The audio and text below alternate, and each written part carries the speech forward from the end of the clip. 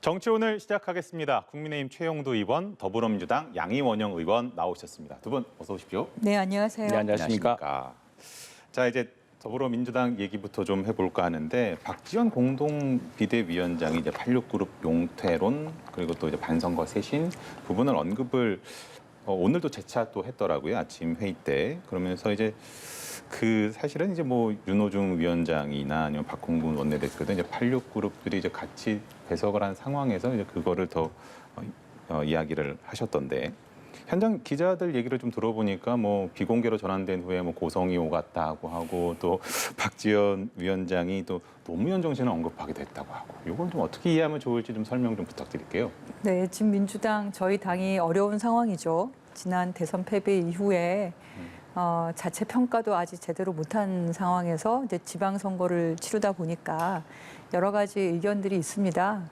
그리고 우리가 지금 20대 젊은 청년 정치인을 비대위원장으로 모셨잖아요. 네. 저는 두려움 없는 청춘이다 이렇게 얘기를 하고 있는데요. 그 N번방을 추적했던 그 집념과 신념과 그런 것을 봤을 때 굉장히 용기 있는 청년이죠. 이분이 우리 민주당을 위해서 민주당의 일원으로 민주당의 정치 개혁과 혁신을 위해서 굉장히 쓴소리를 하고 있다. 저는 그렇게 생각을 하고 있습니다. 사실 이제 나이를 좀 먹어보면 바로 앞에다가 대놓고 어떤 상황을 고통이나 아니면 어떤 문제에 대해서 직면해서 그걸 얘기하기가 쉽지 않아요. 그런데 어떻게 보면 이 두려움 없는 그 청년의 그 기계로 민주당의 여러 문제점들을 이렇게 드러내고 있는 게 아닌가 저는 그렇게 생각을 하고 있고요. 물론 저는 박지원 비대위원장이 얘기하는 것을 다 동의하거나 그러지는 않습니다. 네. 이견이 당연히 있죠. 저는 뭐 586이면 다 용퇴해야 된다. 나이를 들었으면 다 그만둬야 된다. 젊으면 다 옳다. 이렇게 생각하지는 않거든요. 네. 뭐 남자와 여자에 대해서도 어떻게 평가를 하는 게 아니잖아요. 네. 나이에 대한 것도 나이가 많으면 많은 대로의 역할, 그럼 586은 586대로 또 역할이 있는 거고, 근데 거기서의 자신의 비전과 전망을 찾지 못하면 또 은퇴를 하기도 하고 아니면 새로운 정치인들을 위한 든든한 버팀목이 되기도 하거든요.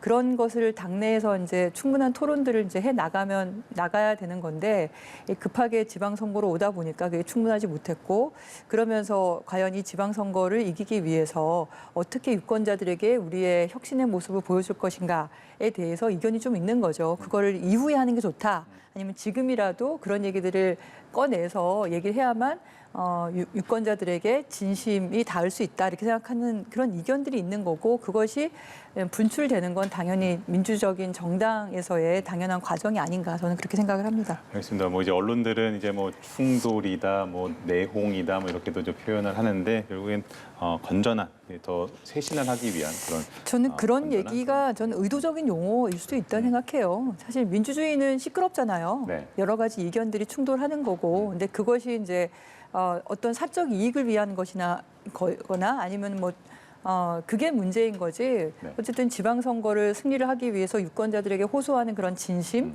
그리고 내부의 어떤 개혁, 혁신, 여러 가지 그동안 얘기되어 왔던 것들을 어쨌든 이렇게 끄집어내서 얘기를 본격적으로 하는 거 자체, 그런 토론 자체를 가지고 뭐 내분 분란 이렇게 얘기하는 건 적절하지 않다고 생각합니다. 알겠습니다. 이제 국민의힘에서는 그 민주당이 박홍근 윤호중 공동 비대위원장이 이제 뭐 개인 의견이 다르게 선그은 거 이런 걸 문제 삼아서 이제 민주당이 국민에게 사과할 뜻이 없는 것 아니냐 이렇게도 좀 비판을 하는 것 같고요. 국민들이 보기에 한마디로 박지원 비대위원장만 고군분투하고 있다 이렇게 네. 다들 느끼고 있죠. 사실 박지원 비대위원장이 이 민주당의 대선 패배에 사과할 일이 있겠습니까?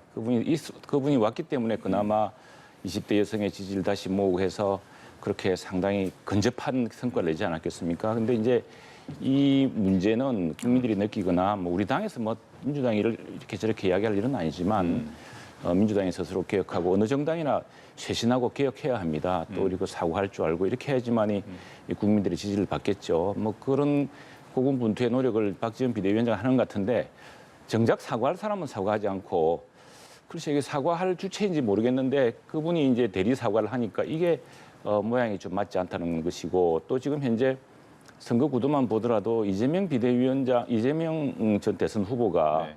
개항에 가고 또 인천 오선 의원이 서울시장으로 나오면서 이게 지방선거 전체 구도를 꼬이게 하고 과연 민주당 내부에 혁신과 개혁이라는 게 있는 것이냐라는 이제 그런 국민적 의구심을 불러일으켰는데 이제 그나마 거기에서 박 비대위원장이 뭐 나름대로 고군분투하고 정말 참 힘겹게 얘기하고 있는 것 같은데 그걸 이제 민주당 지도부가 몽땅 부정하고 있으니까 그런데 이 사태를 바라보는 민주당 내부의 시선도 좀 이렇게 갈라져 있는 것 같습니다. 우리 박용진 의원 같은 경우는 이 박 비대위원장 편에 서서 이렇게 이야기를 하는데 지금 아마 민주당 지도부로서는 상당히 좀 깝깝하고 왜 이렇게 이 문제가 지금 걸어져야 되느냐라는 이런 걸 나타내는 것 같은데 국민들의 눈높이를 누가 어떻게 수용하느냐 여기에 아마 성패가 달려있다고 봅니다. 알겠습니다. 좀 다음 주제가 좀 치열하게 진행될 것 같아서 다음 주제로 좀 넘어가 보도록 하겠습니다. 공직자 인사검증 조직을 법무부에 신설하기로 한 것을 놓고 이제 정치권에서 이제 공방이 지금 벌어지고 있습니다. 제가 이해하기로는 민주당에서 문제를 삼는 부분은 일단은 그것 자체가 현재 정부조직법상 위법적인 조직이다라는 부분 하나 지적하고 계신 것 같고 두 번째는 또 법무부 장관이 이제 한동훈 장관이라는 점에도 상당히 주목을 하고 계신 것 같고 이렇게 이해하면 되겠습니까? 검찰이 살아있는 권력에 대해서 견제적 장치로서의 역할을 해야 된다고 얘기를 한 분이 사실 윤석열 대통령 아니셨겠어요? 그러니까 법무부 검찰이 대통령의 비서 역할을 하는 게 아니잖아요. 네. 손발 역할을 하는 데가 아니잖아요. 그런데 대통령의 민정수석실을 폐지를 하고 그 역할을 법무부로 넘긴 거죠. 그러면 법무부 전체가 검찰 역할을 하게 된 거고 결국은 이 인사검증까지 역할을 한다고 얘기하면 예전에 이제 민정수석실에 있어서는 뭐 국정원이라든지 뭐 경찰이라든지 검찰이라든지 이 다양한 기관의 뭐 세평들을 듣고 그 관련 자료들을 취합을 하는 게 비서실 민정수석실의 역할이었거든요. 네. 그거를 지금 법무부가 한다는 거잖아요. 그럼 법무부는 그 모든 조직의 상황 역할을 한다는 거죠.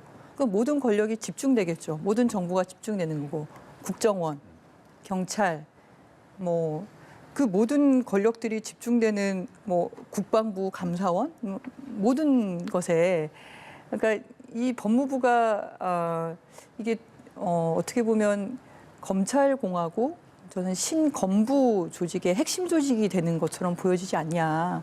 그래서 지금 시민사회단체들도 계속 논평이나 성명서를 내면서 굉장히 부적절하다. 법적으로도 문제가 있는 거고 조직적으로도 내용적으로도 문제가 있는 거다. 검찰이 통제하는 윤석열 정부가 되는 게 아니냐.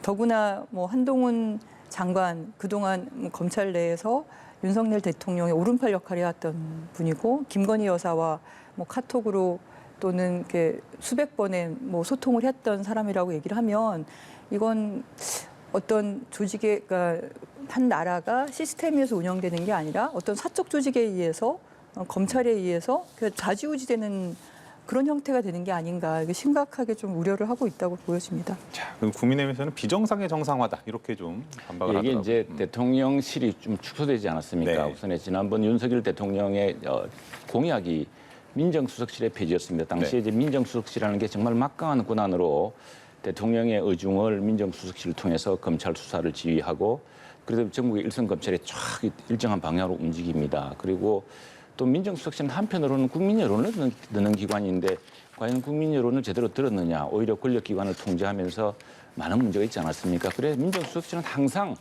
어느 정부에서나 그 국회의 비판 대상이었습니다. 그래서 윤석열 대통령은 후보 시절에 이제 그걸 민정수석실을 폐지하겠다고 했습니다. 대통령실에서 민정수석실이 없어졌습니다. 근데 그러고 보니까 문제가 뭐가 생기냐면은 인사검증입니다.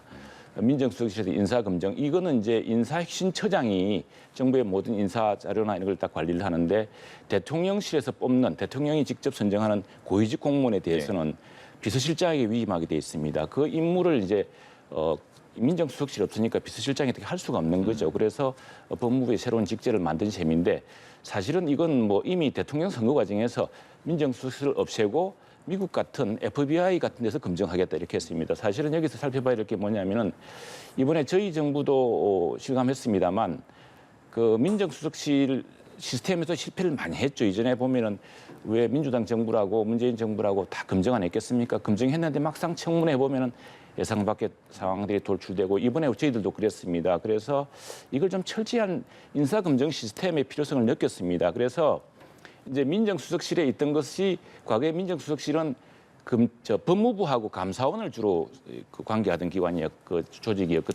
부서였거든요. 그래서 그걸 이제 법무부 가져간 건데 이게 별도의 단장이 있기는 하지만 이게 검사가 아니고 비검찰, 비법무부 인사를 쓰겠다고 했습니다. 그리고 이게 지금 미국 시스템을 그대로 가져온 겁니다. 근데 이렇습니다. 지금 이게 이제 미국의 공직 후보자 사전 검증 절차입니다.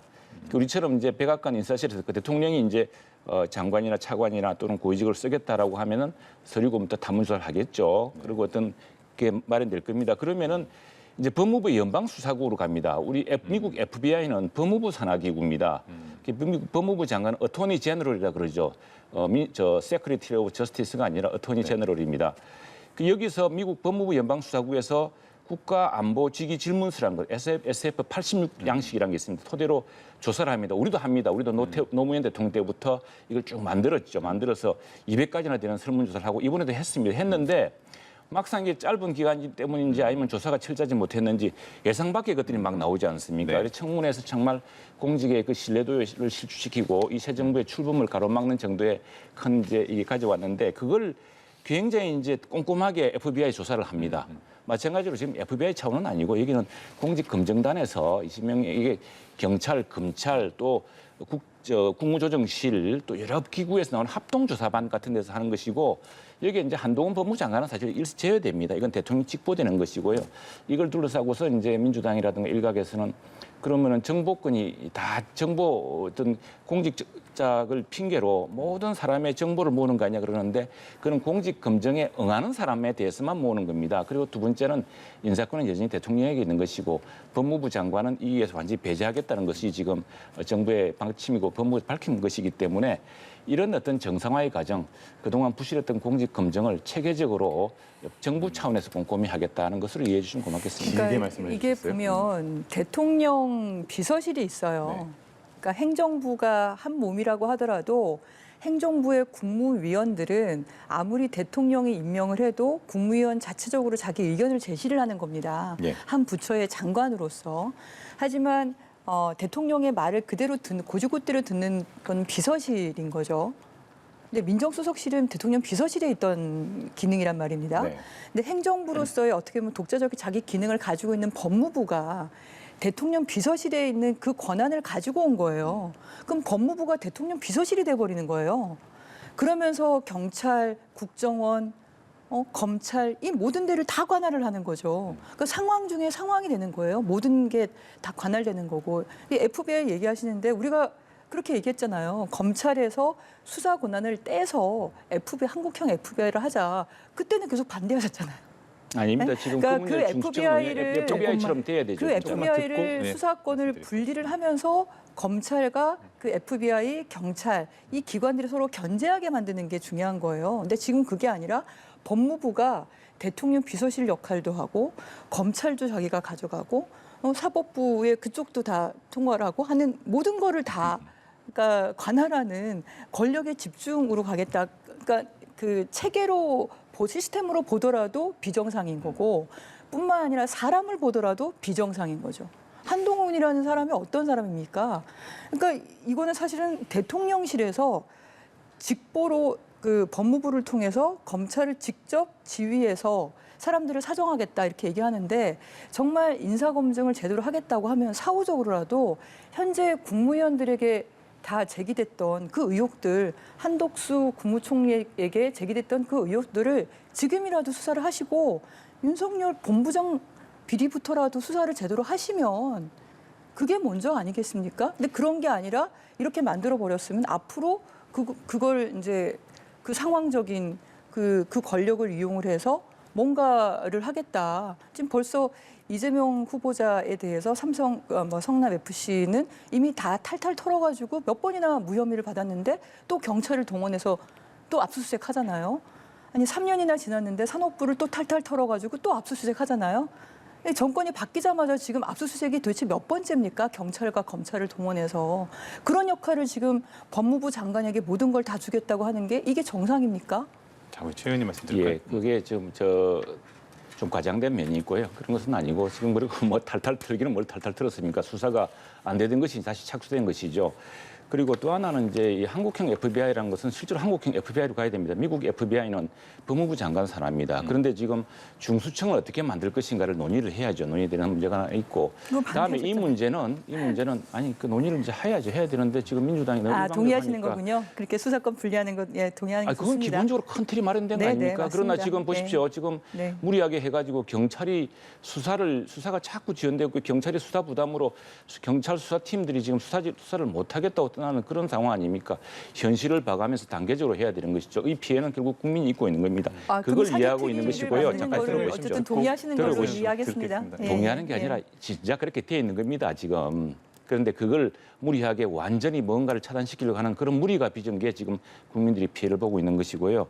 그리고 이제 지금 여기 말씀드렸지만은 인사권은 대통령이 갖고 있는 것입니다. 그리고 이걸 체계적으로 범정부 기관으로 하려는 것이고요. 그것을 과거에 민정수석실을 관장하던 법무부 내 기관인데 그것도 지금 민주당에서 이런 많은 이제 여러 가지 우려를 제기를 하니까 그렇다면은 여기에는 일체 수집 관련 정보를 수사 사정이나 목적 범위를 벗어나 활용할 수 없도록 하겠다는 분명한 입장을 밝혔고요. 또 하나는 이 법무부 장관이 중간 보고를 안 받겠다고 이야기를 했습니다. 그리고 이거는 대통령에 직보되는 것이고 그렇기 때문에 그리고 또 하나 이게 광범위한 공직자를 대상으로 하는 게 아닙니다. 대통령이 직접 뽑는 아주 고위직에 대해서 이 고위직을 쓸 텐데 이 고위직에 대해서 지금 이제 인사 검증을 해봐야겠다. 워낙 이 중요하니까. 그런데 그 고위공직자가요.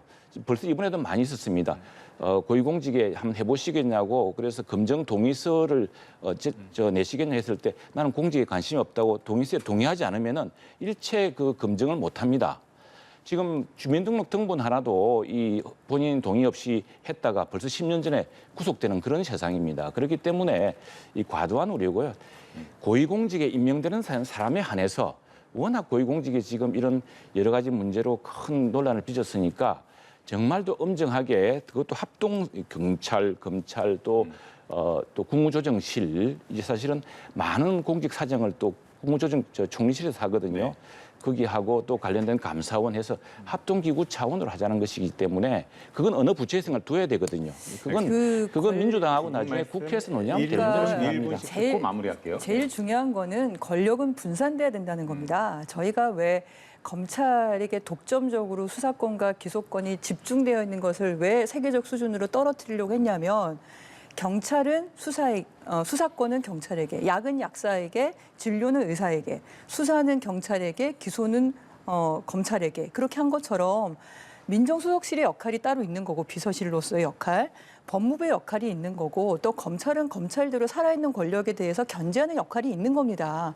이게 서로 교차가 되면서 견제가 되어야지 이게 어느 한 그러니까 뭐 그 당에서 정치 권력에서 그걸 잡았다 하더라도 그 나라가 제대로 굴러가는 거잖아요. 그리고 입법부는 입법부들의 역할을 하는 거고. 근데 지금은 모든 권력을 법무부, 그것도 한동훈 장관 거기다가 다 넣어놓는 거잖아요. 장관이 있고 그 장관이 그 관할하는 데에서 인사검증단이 있는데 본인을 패싱하고 대통령에 직접 가겠다? 그럴 거면 거기다 왜 둡니까? 그럼 대통령 비서실에다 그냥 넣어놓으면 되지.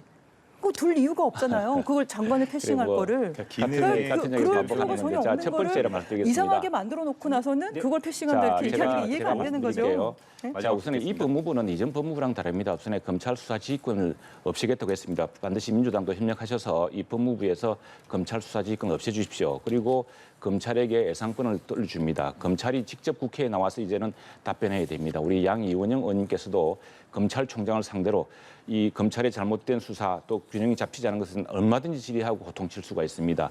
기본적으로 민주당이라는 거대 야당이 있기 때문에 이 정부는 독주할 수가 없습니다. 그리고 그 무엇인가 정부에게 일을 맡겼으면 정부가 일을 할 수 있도록 책임을 인정해 주셔야 됩니다. 그리고 인사검증을 제대로 할 수 있는 시스템을 마련해 주셔야 되고요. 그래서 지금 걱정하시는 사태, 이것은 국민 전체를 하는 것도 아니고요. 고위공직을 맡겠다는 사람 일부, 그것도 그 사람의 동의를 얻는 범위 내에서 그 사람이 낸 종이 범위 내에서 이제 그 질문서에 답변한 것을 미국 FBI처럼 저 경찰, 검찰 그리고 감사원, 국무조정실 이런 기구들이 합동으로 하는 기구를 둔다는 것이고 그걸 안다고 해서 그 인사에 영향을 미칠 수가 없는 것입니다. 그 점을 잘 살펴주면 좋겠습니다. 알겠습니다. 여기까지 듣도록 하고 이 역시도 국회에서 여야가 그럼요. 머리를 잘 모아서 현명한 해법 좀 찾아주시기를 부탁을 드리면서 오늘 이 시간 여기서 마무리를 하도록 하겠습니다. 두 분 수고하셨습니다. 네, 고맙습니다. 감사합니다.